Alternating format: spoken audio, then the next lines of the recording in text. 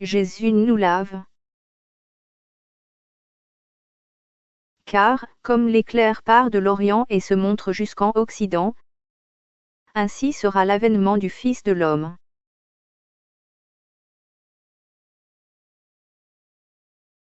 Je rentre à l'instant du culte où chaque semaine le Seigneur est présent comme promis avec nous. Et nous avions parmi nous Dominique comme enseignant, pour nous rappeler que Jésus est toujours prêt, lui à nous laver si toutefois nous sommes disposés à nous laisser faire.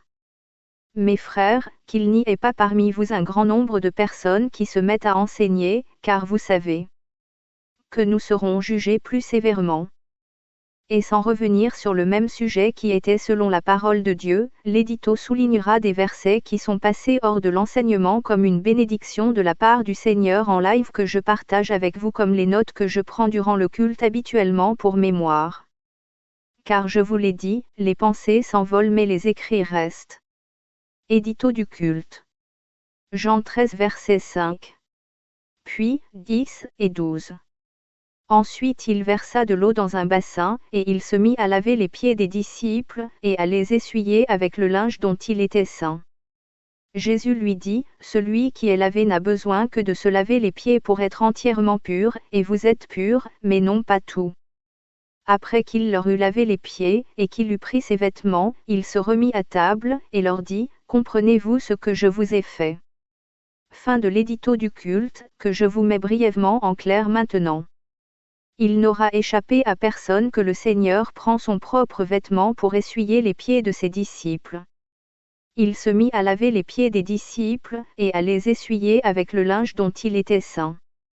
Mais lorsque l'on sait qu'aucun pharisien n'aurait levé le petit doigt pour faire la moitié de ce que le Seigneur a fait, tant il clame qu'il faut rester pur si bien que les religieux passeront outre et que seul le bon Samaritain, Christ, viendra panser nos plaies.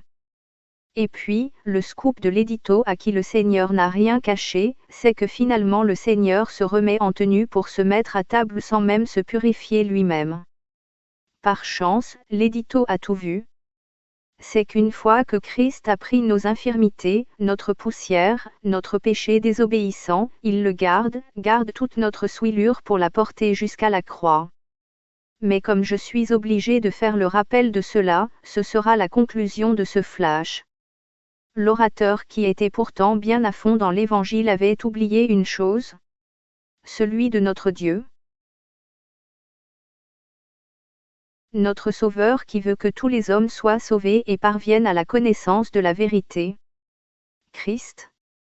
Et ne pas consacrer 3 minutes dans le culte au pur évangile avec un appel pour la brebis perdue qui se trouve également dans une autre parabole, folle et sans huile avec 10 vierges, c'est juste oublier un peu seulement pourquoi on annonce la parole de Dieu à la brebis perdue. Car le Seigneur nous a dit d'aimer notre prochain et de le faire concrètement en parole et en action. Et dans la mesure où nous connaissons la bonne nouvelle du salut, il est primordial afin que notre amour envers notre prochain soit véritable, de lui faire part de l'amour de Christ pour lui également et de la même manière que nous avons entendu nous-mêmes cette bonne nouvelle du salut. Si 99% d'une assemblée n'a pas besoin de se repentir, il s'y trouvera toujours une brebis perdue qui ne voudrait pas être follement tout comme les 99 de la parabole qui ne veulent pas se repentir. C'est pour cela que l'édito vous le dit à chaque fois et essaie de ne pas oublier que, comme une fleur de Dieu pour vous. Car Dieu a tant aimé le monde qu'il a donné son Fils unique, afin que quiconque croit en lui ne périsse point, mais qu'il ait la vie éternelle. Jean 3.16. Que vous pouvez donc lire ainsi pour vous-même comme si vous étiez la seule personne que Dieu aimait. Car Dieu m'a tant aimé qu'il a donné son Fils unique, afin que quiconque, soit moi, si je crois en lui, je ne périsse point, mais que j'ai la vie éternelle. Comme une fleur ouverte pour vous. Mesurez, tant vous êtes aimés. Et comme je sais que des amis, de la famille, des connaissances lisent l'édito, laissez-vous laver aussi par le Seigneur Jésus. Il suffit juste de lui demander pour qu'il le fasse, et vous serez sains et saufs. Et toujours dans Jean 13 verset 8, Pierre lui dit, non, jamais tu ne me laveras les pieds. Jésus lui répondit, si je ne te lave, tu n'auras point de part avec moi. Simon-Pierre lui dit, Seigneur, non seulement les pieds, mais encore les mains et la tête. Jésus lui dit, celui qui est lavé n'a besoin que de se laver les pieds pour être entièrement pur, et vous êtes purs, mais non pas tout. Alors ne dites pas, non, au Seigneur Jésus et laissez-vous laver par lui, ou si vous préférez, laissez-vous être, pardonné, Dieu vous aime, mais pas votre désobéissant péché. Et ainsi pour le prix de votre foi vous recevrez le pardon de vos péchés et la vie éternelle.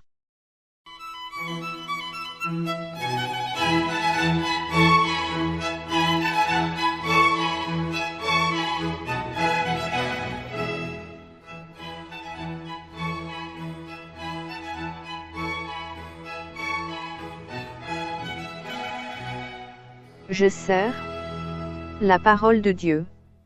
Et, sers. Référence que vous avez lue ou manqué des pages ci-dessus. Je sers ta parole dans mon cœur, psaume 119.11.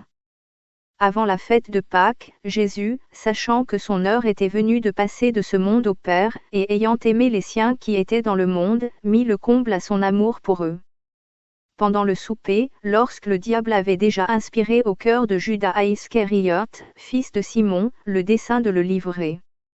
Jésus, qui savait que le Père avait remis toutes choses entre ses mains, qu'il était venu de Dieu, et qu'il s'en allait à Dieu, se leva de table, ôta ses vêtements, et prit un linge, dont il se ceignit.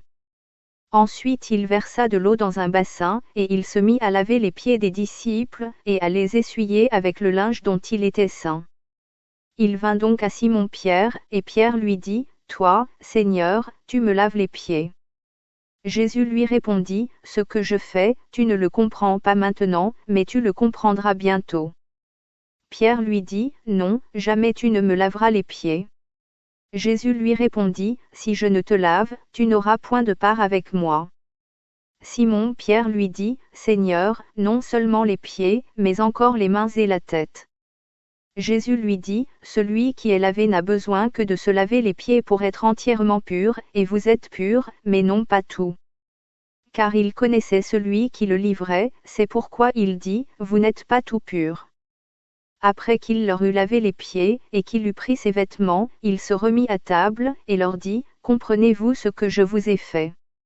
Vous m'appelez Maître et Seigneur, et vous dites bien, car je le suis. Jésus-Christ veut donc vous laver? La parole de Dieu, la Bible tout entière nous invite à le faire de différentes façons comme dans la prière d'allégeance du Seigneur Jésus plus connu comme le Notre Père. Parole à vivre véritablement au moins une fois dans votre vie puisque Dieu vous invite à demander tous les jours ensuite. Pardonne-nous nos offenses, comme nous aussi nous pardonnons à ceux qui nous ont offensés. Et que vous avez peut-être dit légèrement un jour sans le penser vraiment. Car Dieu veut plus que vous pardonner. Il veut ôter, littéralement votre péché avec l'agneau de Dieu qui ôte le péché du monde et le vôtre. Et l'agneau de Dieu, celui qui a été immolé à votre place, c'est Jésus-Christ. C'est donc que vous devez faire le rapprochement quand la parole de Dieu vous dit que voici, Jésus-Christ l'agneau de Dieu qui ôte le péché du monde. Soit le mien et le vôtre si vous le voulez. Et il vous faut comprendre que Dieu ne pourra vous pardonner que dans la mesure où vous accepterez son merveilleux don, son Fils Jésus-Christ, comme votre Seigneur et Sauveur.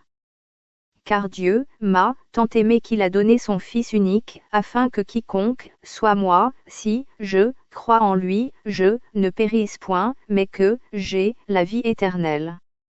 Et vous devez le faire dans les termes que Dieu a prévus. Comme c'est très important, Dieu le dit 3 fois dans sa parole. D'abord dans l'Ancien Testament où l'on retrouve le « quiconque » que Dieu a tant aimé ci-dessus, et c'est toujours vous. Joël 2.32 Alors quiconque invoquera le nom de l'Éternel sera sauvé. Invoquer c'est appeler à l'aide. Invoquer c'est faire appel, avoir recours à Jésus-Christ, implorer Christ qui est mort pour avoir reçu notre châtiment à notre place. Acte 2.21 Alors quiconque invoquera le nom du Seigneur sera sauvé. Romains 10.13 Car quiconque invoquera le nom du Seigneur sera sauvé. Et dans le quiconque vous pouvez et devez mettre votre nom, vous y inclure car le premier homme que Dieu a sauvé devant la face du monde ce fut un brigand, le brigand sur la croix qui était à côté de lui. Et voici historiquement les 5 versets bibliques qui peuvent vous faire également comprendre que se tourner vers Jésus-Christ vous sera salutaire. L'un des malfaiteurs crucifiés l'injuriait, disant, « N'es-tu pas le Christ? Sauve-toi toi-même, et sauve-nous. » Mais l'autre le reprenait, et disait, « Ne crains-tu pas Dieu, toi qui subis la même condamnation? Pour nous, c'est justice, car nous recevons ce qu'ont mérité nos crimes, mais celui-ci Jésus-Christ n'a rien fait de mal. » Et il dit à Jésus, « Souviens-toi de moi, quand tu viendras dans ton règne. » Jésus lui répondit, « Je te le dis en vérité, aujourd'hui tu seras avec moi dans le paradis. »